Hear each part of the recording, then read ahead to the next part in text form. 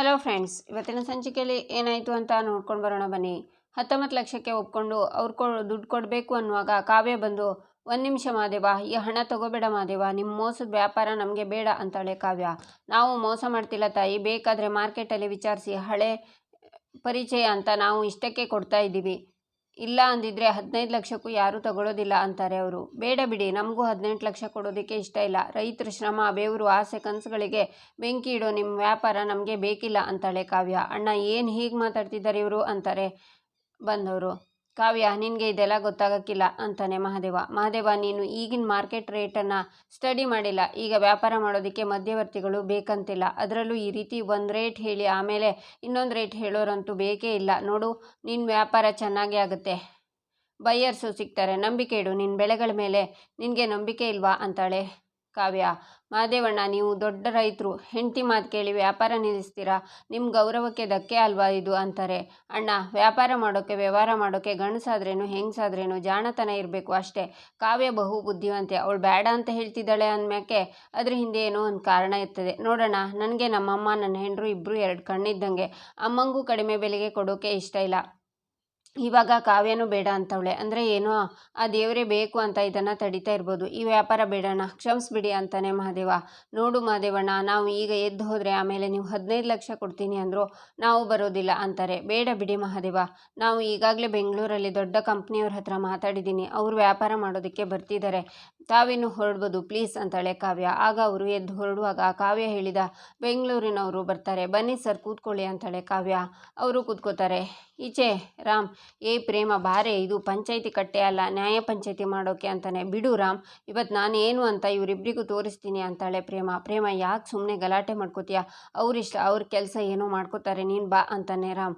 ಆಗ ಆ lady, mister, ನಿಮ್ಮ ವೈಫ್ಗೆ ಸ್ವಲ್ಪ ಮ್ಯಾನರ್ಸ್ ಕಲಿಸಿ ಅಂತಾಳೆ. ಎಲ್ಲ ಇವಳು ಇಷ್ಟೊತ್ತು ಇಂಗ್ಲೀಷ್ನಲ್ಲಿ ಟಸ್ಸು ಪುಸ್ಸು ಅಂತ ಬೈದು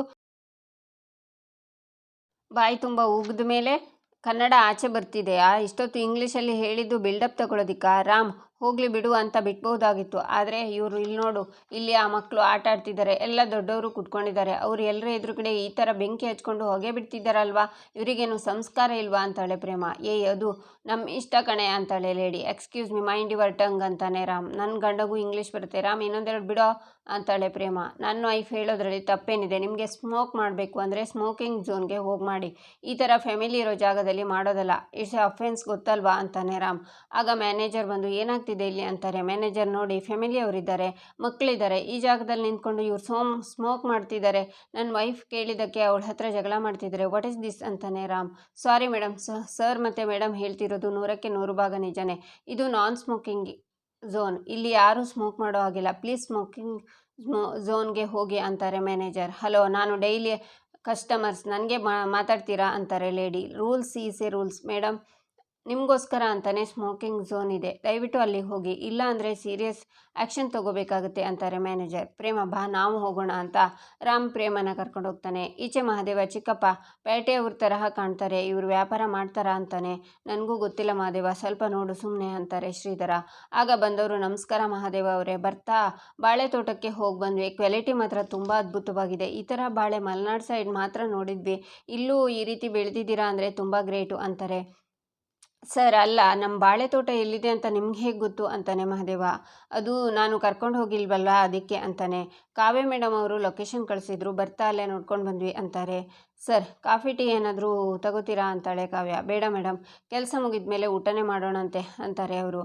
ಮತ್ತೆ ಮಾವ ಇವರು ಹಣ್ಣುಗಳನ್ನು ಹೊರದೇಶಕ್ಕೆ ಇಂಪೋರ್ಟ್ ಎಕ್ಸ್ಪೋರ್ಟ್ ಮಾಡ್ತಾರೆ, ಇವರು ನಮ್ಮ ಊರಿನ ಬಾಳೆಹಣ್ಣನ್ನು ಅವರು ಅಬ್ರಾಡ್ಗೆ ಎಕ್ಸ್ಪೋರ್ಟ್ ಮಾಡಬೇಕು ಅಂದ್ಕೊಂಡಿದ್ದಾರೆ ಅಂತಾಳೆ ಕಾವ್ಯ. ಅದು ನಾವು ಬೆಳೆದಿದ್ದನ್ನು ರಫ್ತು ಮಾಡಿ ಹೊರದೇಶಕ್ಕೆ ಕಳಿಸ್ತಾರೆ ಕಣೋ ಅಂತಾರೆ ಶ್ರೀಧರ. ಮಹಾದೇವ, ನಾನು ಇವ್ರ ಹತ್ರ ನಮ್ಮ ತೋಟದ ಬೆಳೆಗಳಿಗೆ 80 ಲಕ್ಷ ಮಾತಾಡಿದ್ದೀನಿ, ನಿಮಗೆ ಓಕೆನಾ ಅಂತಾಳೆ ಕಾವ್ಯ. ಶಾಕ್ನಿಂದ ಕಲ್ಯಾಣಿ, 80 ಲಕ್ಷನಾ ಅಂತಾರೆ. ಕಾವ್ಯ, ತಪ್ಪಾಗಿ ಹೇಳ್ತವ್ರ ಹೆಂಗೆ, 18 ಲಕ್ಷನಾ ಅಂತಾನೆ ಮಹಾದೇವ. ಇಲ್ಲ ಮಹಾದೇವ, 80 ಲಕ್ಷ ಅಲ್ವಾ ಸರ್ ಅಂತಾಳೆ ಕಾವ್ಯ. ಹೌದು ಸರ್, 80 ಲಕ್ಷಕ್ಕೆ ನಾವು ಮಾತಾಡಿದ್ವಿ, ಆದರೆ ಒಂದು ರಿಕ್ವೆಸ್ಟ್ ಮೇಡಮ್, ಯಾಕಂದರೆ ಇಲ್ಲಿ ಟ್ರಾನ್ಸ್ಪೋರ್ಟ್ ನಮಗೆ ಜಾಸ್ತಿ ಆಗ್ತಿದೆ, ಅದಕ್ಕೆ 2 ಲಕ್ಷ ಕಡಿಮೆ ಮಾಡಿ ಮೇಡಮ್, 78 ಲಕ್ಷಕ್ಕೆ ಫೈನಲ್ ಮಾಡುವ, ಏನಂತೀರಾ ಮಹಾದೇವ ಅವರೇ ಅಂತಾರೆ ಬೆಂಗಳೂರಿನವರು. 78 ಲಕ್ಷನಾ ಅಂತಾನೆ ಮಹಾದೇವ, ನಿನಗೆ ಓಕೆನಾ ಅಂತಾಳೆ ಕಾವ್ಯ. ಓಕೆ ಅಂತ ಕೇಳ್ತೀಯಲ್ಲ ಮಮ್ಮಿ, ಓಕೆ, ಡಬಲ್ ಓಕೆ ಅಂತಾನೆ ಮಹಾದೇವ. ಏನಿದು, ಈ ಕಾವ್ಯಂಗೆ ವ್ಯಾಪಾರ ವ್ಯವಹಾರದ ಬಗ್ಗೆ ಏನು ಗೊತ್ತು? ನಮ್ಮ ತೋಟದ ಬಾಳೆಹಣ್ಣಿಗೆ 78 ಲಕ್ಷ ಕೊಡ್ತಿದ್ದಾರಾ? ನನಗೆ ಯಾಕೋ ಮೋಸ ಮಾಡ್ತಿದ್ದಾರೆ ಅನ್ನಿಸ್ತಿದೆ. ಮಾಲ್ ತಗೊಂಡು ಹೋಗಿ ದುಡ್ಡು ಕೊಡದೆ ಮೋಸ ಮಾಡಿಬಿಟ್ರೆ ಅಂತಾನೆ ಕಿಟಿ. ನೋಡಿ ಮಹದೇವಣ್ಣ, ಈ ಸಿಟಿಯವ್ರ ಬಗ್ಗೆ ನಮಗೆ ಗೊತ್ತಿಲ್ವಾ? ಸುಮ್ಮನೆ ರೇಟ್ ಏರಿಸಿ ಆಮೇಲೆ ಸೆಂಟ್ರಲ್ಲಿ ಕೈ ಕೊಟ್ಟು ಹೋಗ್ತಾರೆ ಅಂತಾರೆ ಮೊದಲು ಬಂದು ವ್ಯಾಪಾರಸ್ಥರು.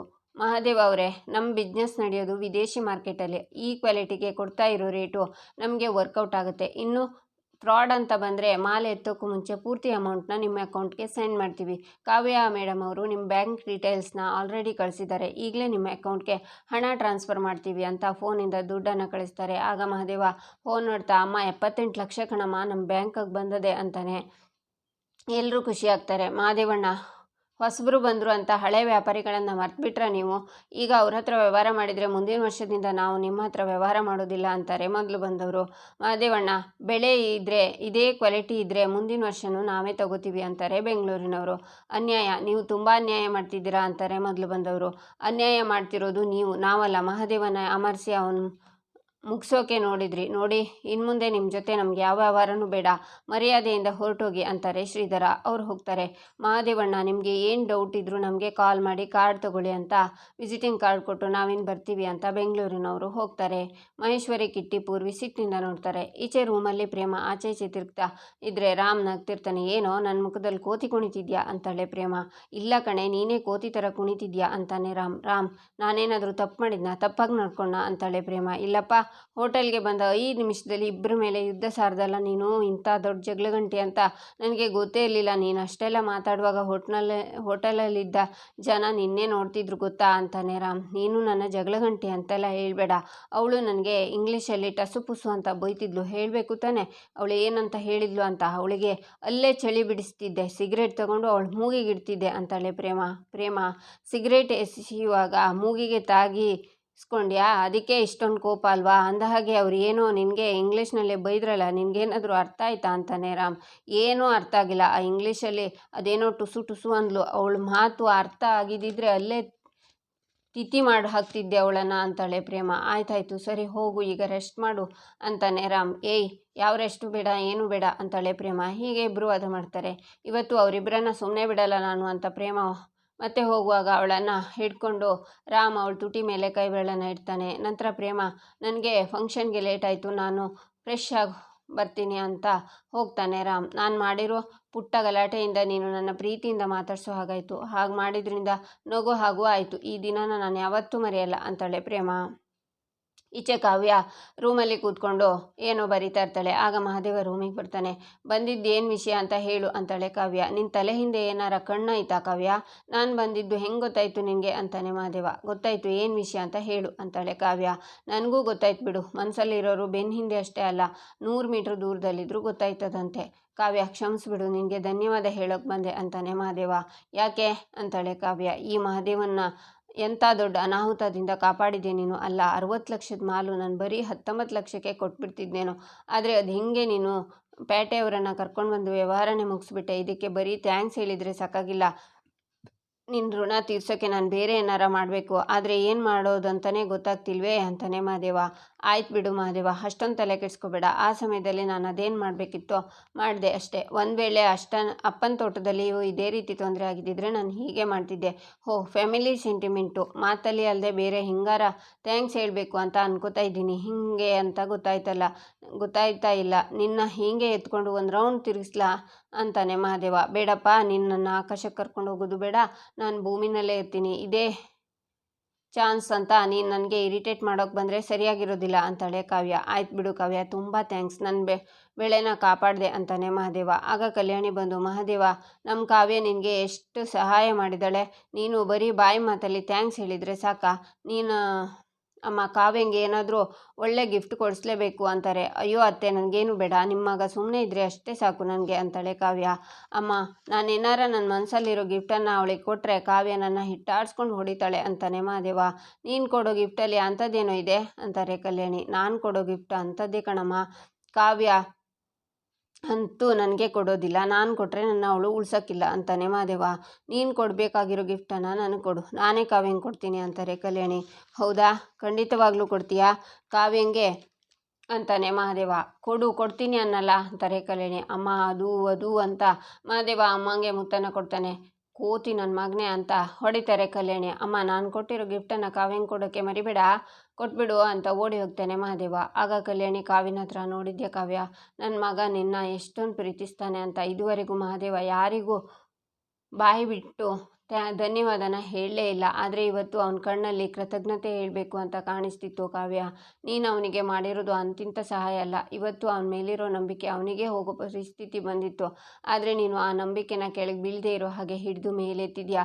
ನಮ್ಮ ಮಹಾದೇವ ಮುಗ್ಧತೆನ ಬಂಡವಾಳ ಮಾಡಿಕೊಂಡು ಅವನಿಗೆ ಮೋಸ ಮಾಡೋಕ್ಕೆ ನೋಡಿದ್ರು. ಆದರೆ ನೀನು ನಿನ್ನ ಜಾಣತನದಿಂದ ಅದನ್ನು ತಪ್ಪಿಸಿದೆ. ನಿಜ ಹೇಳಬೇಕಂದ್ರು ಕಾವ್ಯ, ಈ ಮನೆ ಮಹಾಲಕ್ಷ್ಮಿ ನೀನು ಅಂತ ಅವಳ ಹಣೆಗೆ ಮುತ್ತು ಕೊಟ್ಟು, ನನ್ನ ಮಗ ಕೊಟ್ಟಿದ್ದನ್ನು ನಿನಗೆ ವಾಪಸ್ ಕೊಟ್ಟಿದ್ದೀನಿ, ಅವನಿಗೆ ಹೇಳಿಬಿಡು, ಬೇಡ ನಾನೇ ಅವನಿಗೆ ಹೇಳ್ತೀನಿ ಅಂತ ಕೆನ್ನೆಗೆ ಇನ್ನೊಂದು ಮುತ್ತು ಕೊಟ್ಟು, ನನ್ನ ಕಡೆಯಿಂದ ಅಂತ ಕಲ್ಯಾಣಿ ಹೋಗ್ತಾರೆ. ಈಚೆ ಪ್ರೇಮ ರೂಮಲ್ಲಿ ರೆಡಿಯಾಗಿರುವಾಗ ಅಮ್ಮನ ವಿಡಿಯೋ ಕಾಲ್ ಬರುತ್ತೆ. ರಿಸೀವ್ ಮಾಡಿ, ಅಮ್ಮ ಈಗಷ್ಟೇ ನಾನು ನಿನಗೆ ಕಾಲ್ ಮಾಡೋಣ ಅಂತ ಅನ್ಕೋತಿದ್ದೆ.